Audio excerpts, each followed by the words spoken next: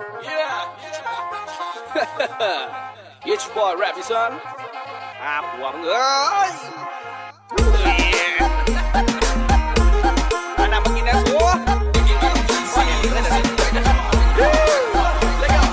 จำได้บอกเมื่อก่อนตอนปอซีตอนที่เฮาสองคนไปเล่นบักลีตอนนี้ไงเป็นสาวตะโกนถึงขาวเซ็กซี่บอกเคยคิดเคยฝันว่าเธอสีงามปานนี้เลยยังเข้าไปถามจะไม่ได้บอกคนดีคิดเอาไว้ในใจเจ้าคือสิจำได้ดีแต่ต้องมาผิดหวังตอนเห็นเป็นจำบ่ได้เฮ็ดสดีเข้าบ้านมูสิกยังง่ายเพื่อมาขับผู้ชายเขาการรถเก๋งคันใหญ่ท้องที่ใส่ในคอก็มีแต่เส้นบางใหญ่ไอ้มันคนมันน้องเธอคงสิรับบ่ได้ไปกันที่ MC เลยรีบพอดปากคอใหญ่โอ้ยมันรับบ่ได้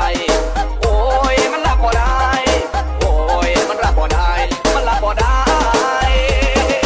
ลืมแล้วบ่เสียงนั้นที่เคยยอมกันแตกตีลืมแล้วบ่หมอลำที่เจ้าเคยเต้นแบบเซ็กซี่ลืมแล้วบ่มือนั้นอยู่ปากทำมันตอนตีสี่อันเจ้าลืมหมดเลยไอ้คือสิรับบ่ได้ลืมแล้วบ่เสียงนั้นที่เคยยอมกันแตกตีลืมแล้วบ่หมอลำที่เจ้าเคยเต้นแบบเซ็กซี่ลืมแล้วบ่มือนั้นอยู่ปากทำมันตอนตีสี่อันเจ้าลืมหมดเลยไอ้คือสิรับบ่ได้จำเคยบอกกำลังเงินรางวันตั้งแต่ปีเคยยกกันเล่นน้ำอยู่ปากมึงลืมแล้วปีเจ้าคือเปลี่ยนเป็นหลายเจ้าคือเป็นคนแบบนี้เคยหอมแก้มเบาๆเจ้าบอกกับไอ้ว่า crazy เคยทะนุถนอมเจ้าลืมแล้วบอก oh baby จำได้ฮอตเบอร์โทรลงท้ายด้วย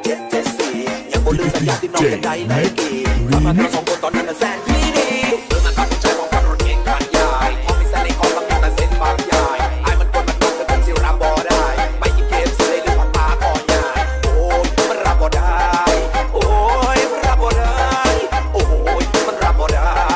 โอ้ยมันรับบ่ได้ลืมแล้วบอกแต่ยังที่เคยยองกันแต่กี้ลืมแล้วบอกหมอลำที่เจ้าเก็บเป็นแบบเซ็กซี่ลืมแล้วบอกมือนั้นอยู่ปากบางวันตอนตีสี่ถ้าเจ้าลืมไปเลยคือสิรับบ่ได้ลืมแล้วบอกสิ่งที่เคยยองกันแต่กี้ลืมแล้วบอกหมอลำที่เจ้าเก็บเป็นแบบเซ็กซี่ลืมแล้วบอกมือนั้นอยู่ปากบางวันตอนตีสี่ถ้าเจ้าลืมไปเลยคือสิรับบ่ได้ลืมแล้วบ่เสียงนั้นที่เคยยอมกันแตกตีลืมแล้วบ่หมอลำที่เจ้าเคยเต้นแบบเซ็กซี่ลืมแล้วบ่มือนั้นอยู่ปากทำมันตอนตีสี่อันเจ้าลืมหมดแล้วไอ้คือสิรับบ่ได้ลืมแล้วบ่เสียงนั้นที่เคยยอมกันแตกตีลืมแล้วบ่หมอลำที่เจ้าเคยเต้นแบบเซ็กซี่ลืมแล้วบ่มือนั้นอยู่ปากทำมันตอนตีสี่อันเจ้าลืมหมดแล้วไอ้คือสิรับบ่ได้ไปทำไมสู้เงียบหนีดูเห็นยังล่ะเพลงจบแล้วไปหาลักไก่มาต้มตัว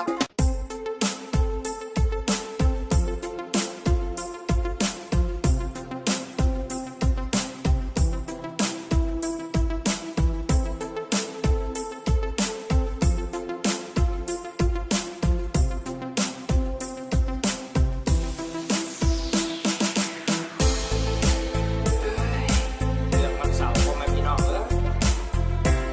เคยสัญญากันไว้กับผู้สาวอยู่เดือนหน้าบอก10 ปีก็สิหา20 ปีก็ยังสิหา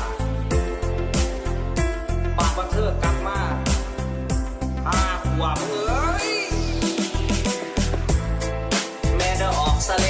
แต่เจ้าลืมแล้วบอกความหลังสองเฮายังเคยลอยยองกันอยู่ใต้ห่มม่วงบัดนี้บ่มีอีกแล้วแก้วตาและกำแพงคนดีของอายเจ้าไปลีอยู่ใสหรือทิ่มอายไปแล้วแม่นบ่เพียงหน้ายังท่าเจ้าอยู่ขี่ควายบังตูเจ้าลืมแล้วบ่ฝนตกมาน้ำตาไหลเจ้าลาไปบ่คืนย้อนกลับมายังบ่ได้บอกลาสั่งกล่าวน้ำตาเฝ้าหอบของออกจากบ้านหนีไปจากเดือนเลื่อนหายจนว่ากลายเป็นปีจดออกจดหมายก็หายเงียบไปจอยโอ้ดอกผู้สาวสำน้อยแล้วเจ้าคือไปลอยๆแล้วเจ้าคือเฮ็ดให้คอยโอ้เจ้าผู้สาวดังแต่มาสั่งใจแคบใจน้อยเพียงหน้า